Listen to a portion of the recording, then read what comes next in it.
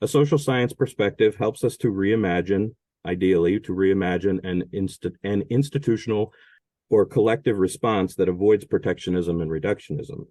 So in keeping my focus on the institutional and structural aspects of clericalism and clergy misconduct, I want to turn to a typology of responses to abuse and misconduct, especially with respect to engineering and controlling the narrative after the fact.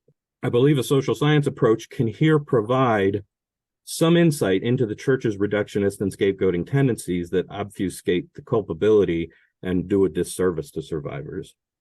Start this section with another vignette. Sarah is a bright and motivated 26-year-old single woman aspiring to be a nurse. She's also drawn to social work and theology, and is very excited when through mutual acquaintances she meets Daniel, a well-respected theology professor and pastor.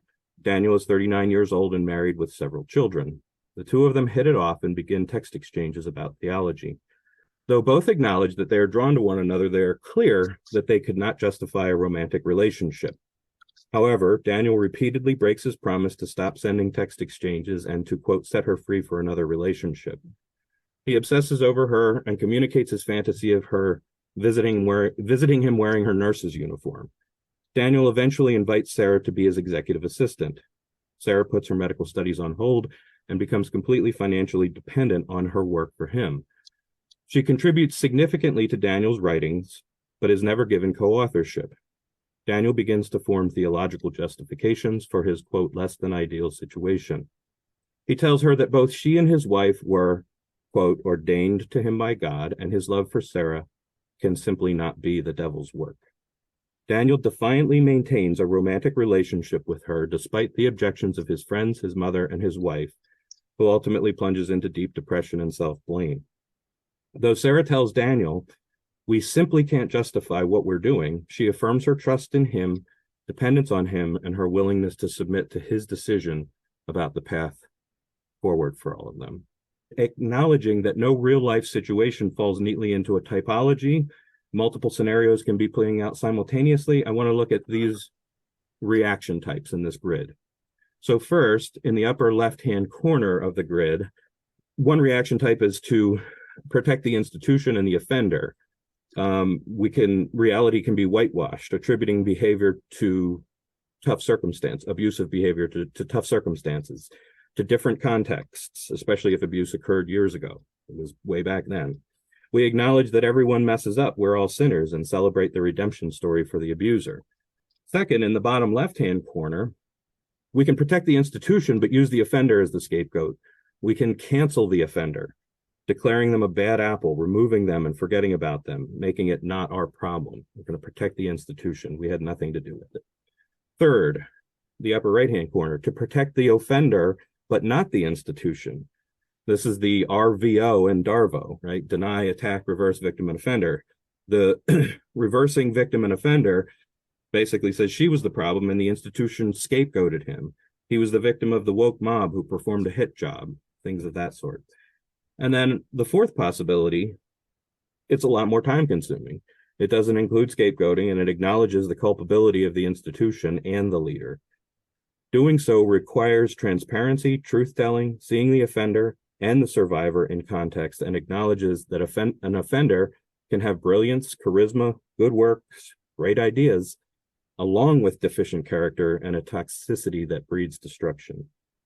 With this typology in mind, I want to reread the story from a moment ago, but I'm going to replace the pseudonyms with their actual identities. This is actually the story of one of the most venerated theologians in the 20th century, Karl Barth and Charlotte von Kirschbaum.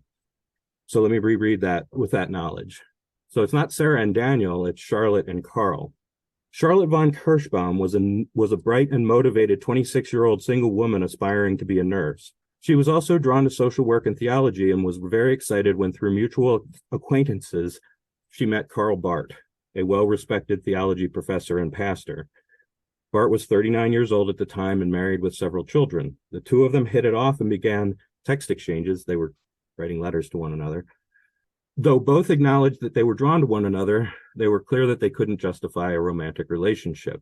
However, Karl repeatedly broke his promise to stop sending her letters and to set her free for another man. He obsessed over her, communicated his fantasy of her visiting him wearing her nurse's uniform.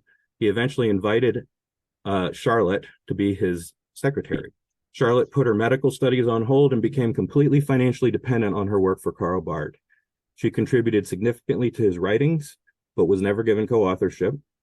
Karl Barth began to form theological justifications for his, quote, less than ideal situation. He told them that both he and his wife were ordained to him by God, and his love for Charlotte simply couldn't be the devil's work. Karl Barth defiantly maintained a romantic relationship with Charlotte for their whole lives, despite the objections of his friends, his mother, and his wife, Nellie. His wife is Nellie. Nellie ultimately plunged into deep depression and self-blame. Even though Charlotte told Karl at some point, we can't justify our way. She affirmed her trust in him, dependence on him, and her willingness to submit to him. And I just want to let that marinate for a moment, along with the knowledge that the actions of the venerated Barth have been called immoral by some, especially since the more letters came out showing more about their relationship, I think, within the last 10 or 20 years. So people have called it immoral, but to my knowledge, it's never been defined as abusive. But also importantly, Barth's actions have been used by abusers to rationalize and justify their abusive behavior. And his theological rationalization has been used by abusers to do that.